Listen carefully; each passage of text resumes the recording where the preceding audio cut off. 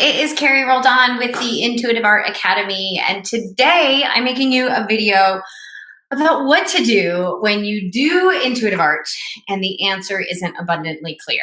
So if you've never done intuitive art before, I encourage you to go to intuitiveart.com. You can get yourself an intuitive art starter kit. You can go to intuitiveartclass.com and take a free class to learn the method. And I feel like I really need to point out my cold sore. There it is. It is healing nicely, but when I'm making this video, I can't stop looking at it. So if you can't stop looking at it, wondering what that is, it's just a cold sore. It will go away. Okay, so you do a drawing. You ask a question. You're asking your higher self, your guides, your angels. You're asking source energy to guide you in the answer. Now, rest assured, when you do this, you do get the answer. But sometimes we can get it our own way. And that's what's the beautiful thing about intuitive art is you have something real and tangible and on a piece of paper that you can interpret. But here's what I find. I find that when I am anxious, when I'm really desperately wanting an answer, that is when my drawings are the hardest to interpret, right? When I'm like, just give me the answer. When I have any sort of like, pent up resistance around it, it's harder for me to read my own drawings. So what I want to say is, here's what I do.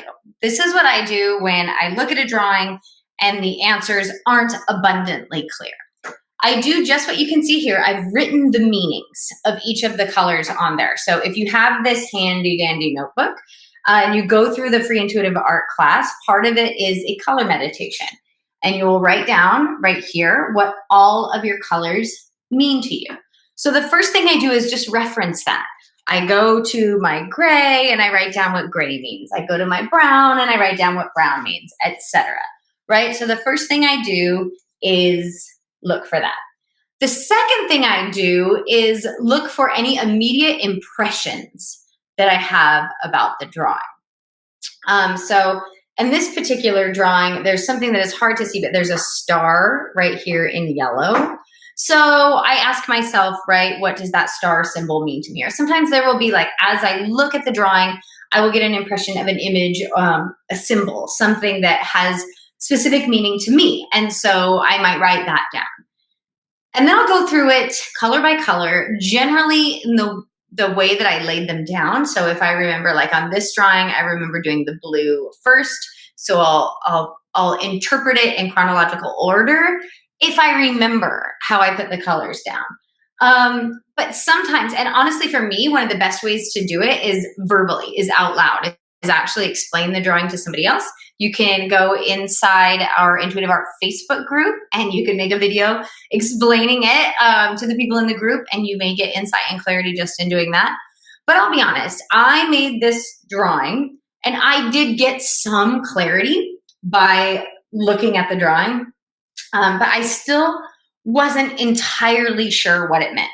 Now, this is half of an answer for me. So I did two drawings. When I sat down, I knew I was doing two drawings. I have a choice to make, and it was, what does my life look like if I choose option A? And what does my life look like if I choose option B? So this is what my life looks like if I choose option A. And I definitely have some clarity around that. But then I did my second drawing, which is right here. And it is, what will my life look like if I choose option B? Totally different colors, right? Different meanings. Well, the yellow is still there. That's the same meaning, which is important because guess what? No matter what I choose, that yellow color, that for me is satisfaction, joy, ease, contentment, smiling, that is there regardless. So that is super important to me. But I did the exact same thing. The thing is, sometimes when I do these drawings, like what does my life look like if A or B, it is abundantly clear. If I choose option A, it's a yes. If I choose option B, it's a no, right? When I did these drawings, they showed me important things. They showed me different things. I think ultimately they showed me like there's not a bad choice, right? You're on the right path regardless of what you choose. But I am not super clear on the meaning, on the deep meaning, or maybe I just didn't get the level of satisfaction from these drawings that I wanted initially. So here's what I do. Sorry it's taken me so long. It's taken me 5 minutes just to get here. Here's what I do. I walk away. I leave the drawings for a couple of days. Sometimes I might put them up where I can see them. In this case, I just leave my notebook out because I do flip through it really regularly. So I do go through this on a regular basis, look at what I was asking a couple months ago and see how is that coming to fruition. Or like as I flip through this, right, I look at this and I get an answer, right? I'm reminded, I need to keep my focus here with purple, which happens to be remembering that luxury and abundance are my birthright, right? So as I keep this notebook out and I flip through the drawings, I'm reminded of the messages that I've gotten from my higher self. But ultimately, I walk away. I know that the answer is there. And it is there as I released my resistance, it will become clearer and clearer. And I think I've done other videos on this, right? Like finding old meaning or finding new meaning in old drawings.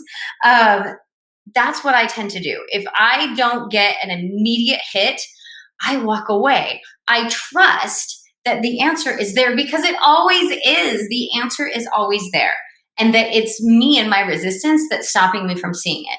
So as I can walk away and just let it sit and just walk by my drawing from time to time and, I'm going to get a yawn, take a look at it, that new meaning, new clarity, new depth will come to me. And so anyways, I just wanted to say that there's lots of things that you can do. You can post your drawing in our Intuitive Art Facebook group and you can ask for feedback on it. People do that all the time. You can tag me, Carrie Roldan, or Rachel Archelaus in that Facebook group, and we will give you our interpretation of that. There's also amazing certified intuitive artists in that group who will also offer their interpretations of it. But ultimately, the drawing is personal and specific to you. So we can give you ideas of like, here's what I see, or since you've told me what your colors mean, here's a question that you might want to ask yourself. But ultimately, you have the answer.